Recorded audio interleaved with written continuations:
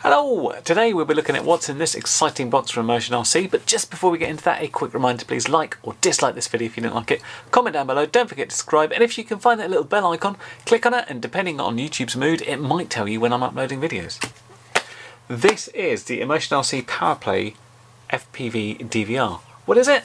Well, essentially, the DVR in your FatSharks, if you've got FatSharks or something similar, is okay, but it's not as good as it could be. Basically, your incoming signal would record at 60 frames a second on a sort of a nice codec if FatShark wanted you to, but they've always kept that sort of older DVR. I think there was something in one of the later goggles, maybe the Scout or something, which had a better DVR on it.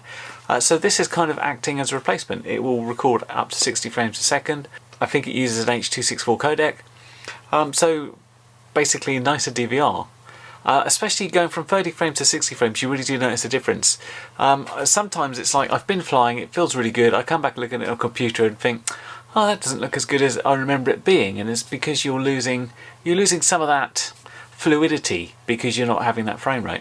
I have to say big thanks to Cash22Mania, who very kindly donated this to me to look at and use to record some stuff on, which is very nice of him. Thanks very much. So it's been used by him, but I'll do a quick unbox because there's not too much to it, and the main bit is this bit. You do get included in the kit these little 18500s, not 18650 batteries. These are the same ones that used in the Taranis X-Lite, if you've ever had one of those. It's quite interesting because ImmersionRC supply these, but then they recommend completely different ones, much higher capacity ones. What you've basically got in here, you've got this rocker switch which pushes down, you've got this little thing that checks your battery and turns it on, and in the side here you've got an SD card, an AV in, which should go for your goggles, a DC out. This is quite an interesting thing. The idea is those batteries can power your goggles for like 3 hours along with this, so you could have this on a head strap and that goes to your goggles and everything gets powered from these same batteries.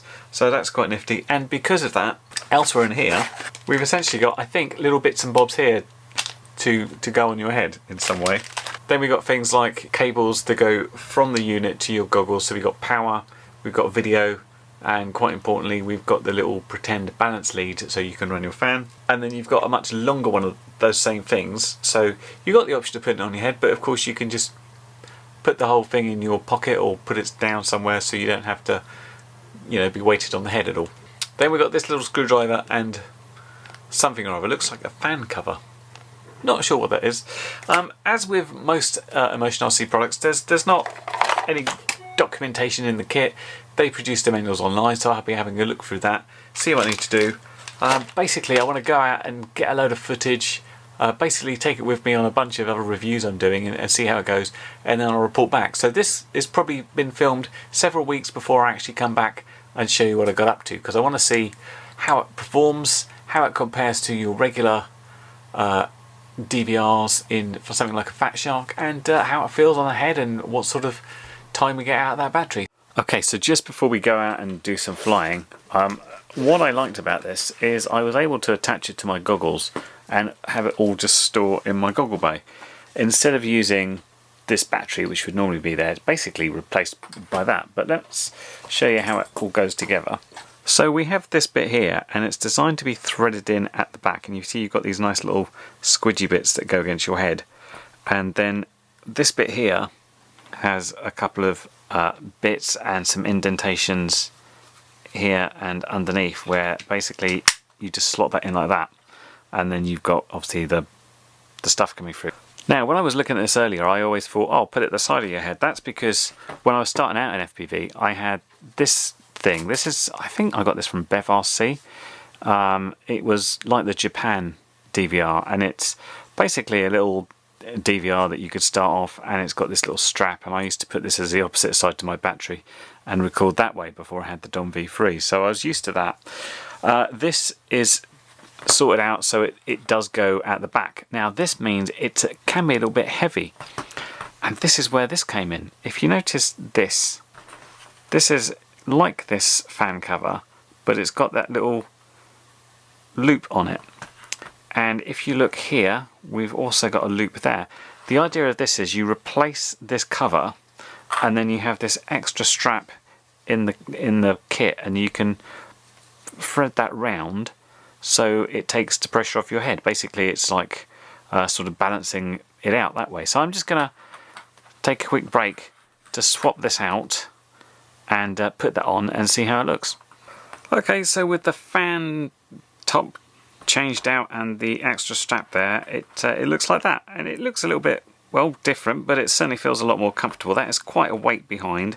And the last thing to do, of course, is to add a cable, which you go into the DC out, AV in, goes over to here with the goggles, and you've got the little pretend balance lead for the fan, the power, and the AV out.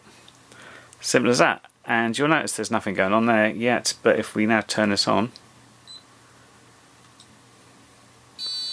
we power up there, which you really can't see, but hey look, that's on now, and we can run the fan and everything else. So I'm just going to take this off the goggles because they're kind of in the way a bit, and I can show you how the rest of this stuff works. Okay, just for this test I've just powered on this guy. I've got the goggles in their case just to keep them out of the light and everything like that. And let's turn this on. Big press, and it comes on. Now currently this is set to auto record literally as soon as it comes on. So we should see we've got the little time interval down here, and we've got a record indicator there, and you can see as we move stuff around this happens. So that's all good. If we want to stop the recording, just press that in, and obviously if we want to start the recording, we can do the same with the rocker switch. So you can set it to auto record, which is pretty handy just so you don't forget, or unless you spend 10 minutes faffing around before you actually get in the air, then it might not be as useful. Let's just turn this off quickly, and see what we got there now is a whole bunch of static, because it's getting the AV out from the goggles, which is basically static. And if I was to go into any of the menus, like this is the rapid fire menu, and I could go along to settings, you'd see that as per normal, as you'd expect. So the other stuff you've got in here, and for this I'm just going to unplug because I really don't need the goggles there. I'll just turn this off again. Short press on top gives you battery indication. This is pretty full because I charged it up. There is a USB-C here which will charge the batteries. Now I do have to make one correction. I talked about a sort of 3-hour battery life on this one. That's if you get the recommended 2040 milliamp hour 18500 cells. The ones it ships with is 1400 milliamp hour. So I'm not sure how much that gets. I guess a couple of hours you'd at least expect, but I'm not sure, so that just a quick correction there. But anyway, yeah, USB-C charging, which is quite nice. And just to show in a bit more detail, there's the DC out, that's where the micro SD card goes, and that's the AV in. And this is basically a rocker switch here which you can press in as well. So if we power this back on,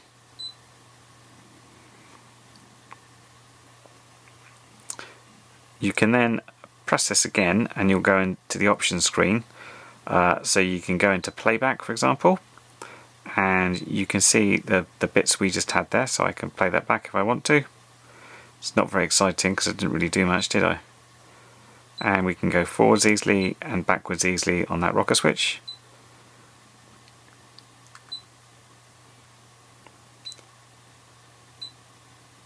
And yeah, I didn't really do much, and it's always back with that switch. Also on that one we've got our options to record. As you see, it's set to auto. We could have it manual loop, all that gubbins. We can do the SD format there. And if we go into the general settings here, we've got something really cool, which is clock setup. With my FatShark DVRs, it always comes, I mean this is just a me thing, but because it comes up with like a weird date of like 1980 and stuff, it always goes into my video editor and puts itself in date order sort of down the bottom, which is really annoying. So this has actually got a real-time clock you can set. Obviously you can set the beep on and off, reset it, and you can check the firmware version. There is a later firmware than this where you can just plug in USB to get the files off. For me, I don't care because it's faster to get stuff off just by getting the micro SD card out, which is pretty easy to do. Anyway, that's about it as far as setup goes and what we're going to do.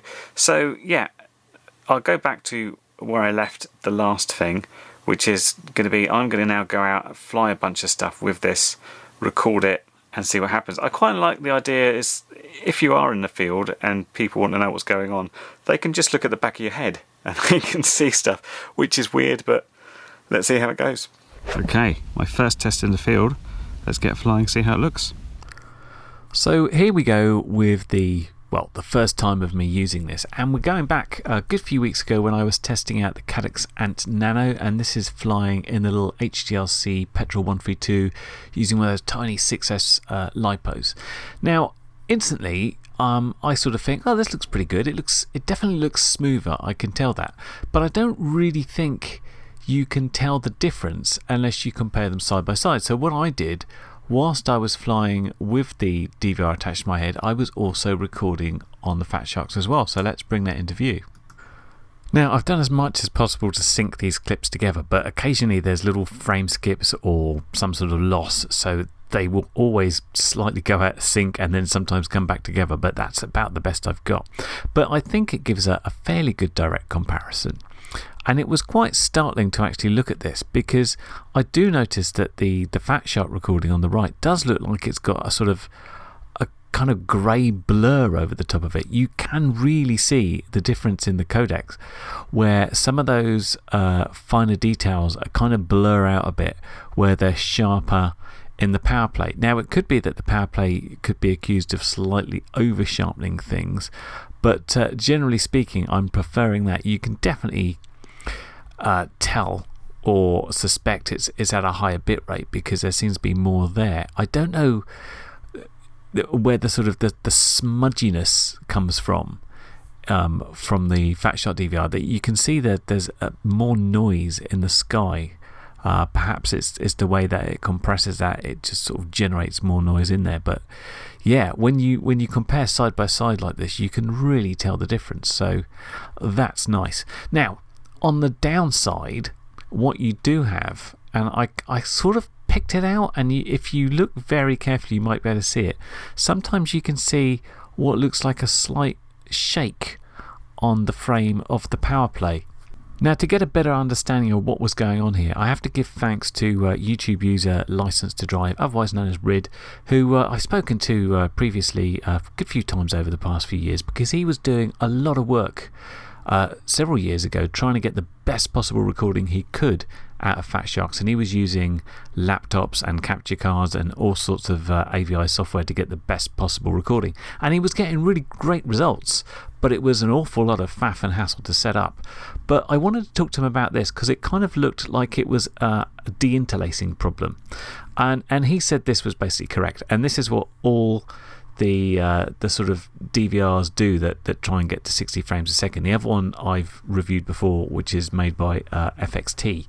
With an interlaced picture, what you get is first all the even lines, and then the next frame you get all the odd lines, and they would go together to make a progressive picture. So by getting one of these every frame, what the DVRs do is basically deinterlace these into a full progressive 60 frames a second. The way they deinterlace it, though, isn't as good as it could be. So what's happening is when we're getting the odd frames where you've got that one blank line before it gets to the picture, that gets sort of shifted up and so sort of shifted back down again in the next frames. Thus you get this little tiny bit of shaking that it's mostly not noticeable, but when you see it, you're like, yeah, I can see it now, and then it's a bit harder to unsee. And I can kind of tell when I look at the regular 30 frame DVR from the FatSharks, that seems to be slightly more stable, but not as nice. So there is a little bit of compromise here. We're not getting the absolutely perfect DVR recording we could. You can do better, and Rid has a couple of scripts actually on his website, which I'll link to below, where you can run a program to post-process the stuff from the PowerPlay DVR, or you can use, other types of capture device. But on the balance of it, this is still the best standalone DVR you can currently get that will easily connect to some FatSharks.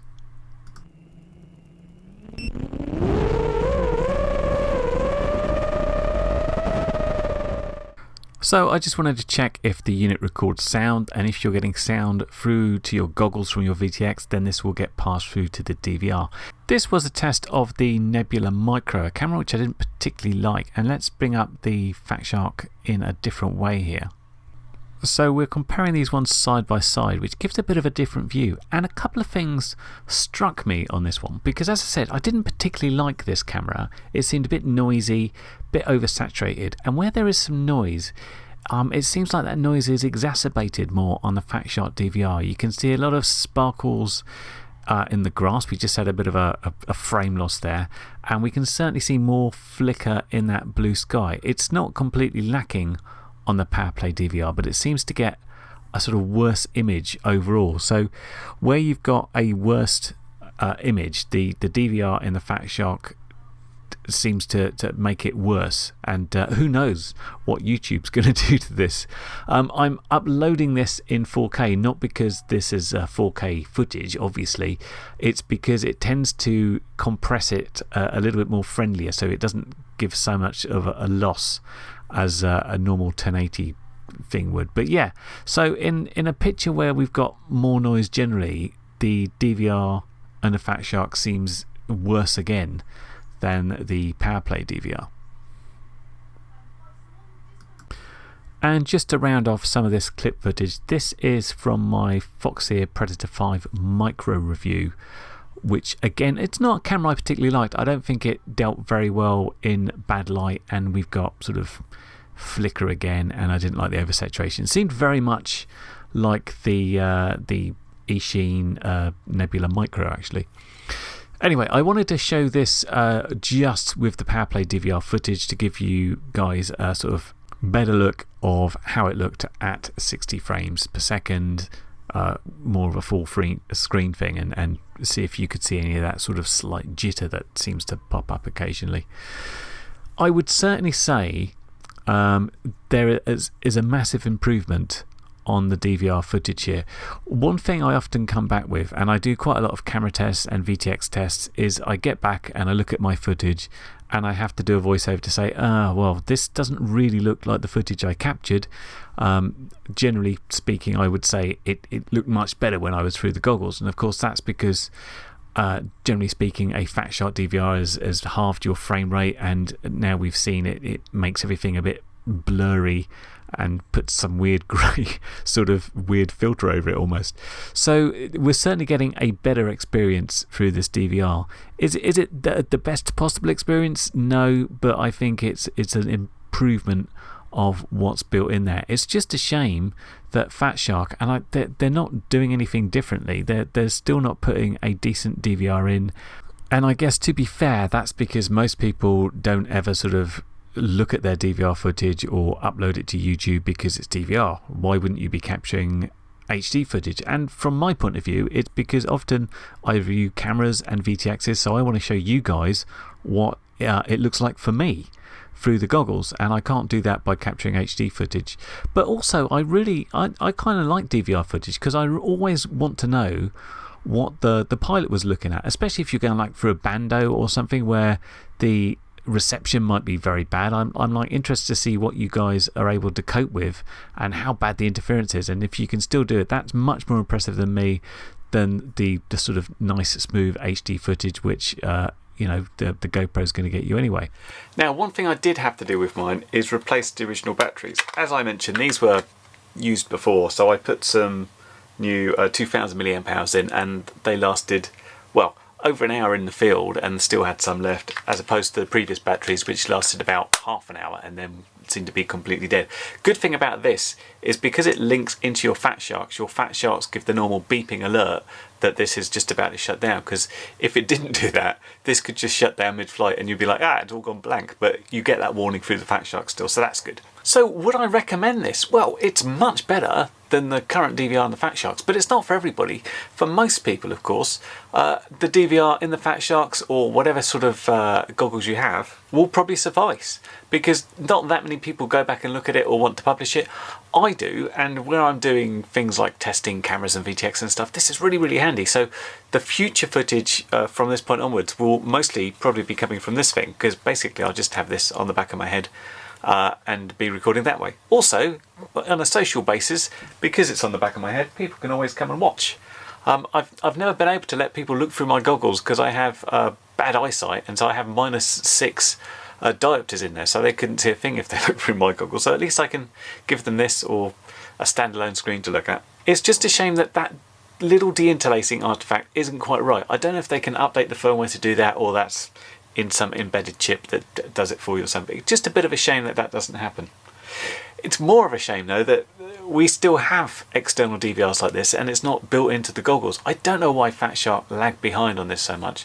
They always say it's because they don't want to change anything in case something goes wrong, but you can't stay still forever. You have to go forward. I mean, they're bringing out Bitefrost and stuff, so why they can't do something with the DVRs in all their other goggles, who knows. Anyway, fun for me, and I'll be using it from this day forward. So if you're seeing DVR footage on my channel from this point forward, it will probably be coming from this. So if it looks particularly good and looks smooth, that's why. So as this wasn't supplied by a company, I don't have to say things like check out the links below for affiliate stuff. You can go click on my generic link if you like, that'd be dead handy. Instead, I'll thank Catch22 Mania that sent this over to me. You can check his channel out. He's doing lots of interesting things currently with the sort of 2.4 long range modules. And thanks to License to Drive for helping me understand the interlaced or deinterlacing problem with this. And you can check out his channel and website if you want to know more about getting the best possible DVR footage. Anyway, I hope that review's been helpful, and I will catch you next one. Bye for now. Well, you've made it to the end of the video, so thanks once again for watching. If you like what you saw, then please consider subscribing, and if you really like what you saw, then be sure to check out the link to my blog for a variety of ways in which you can help support this channel.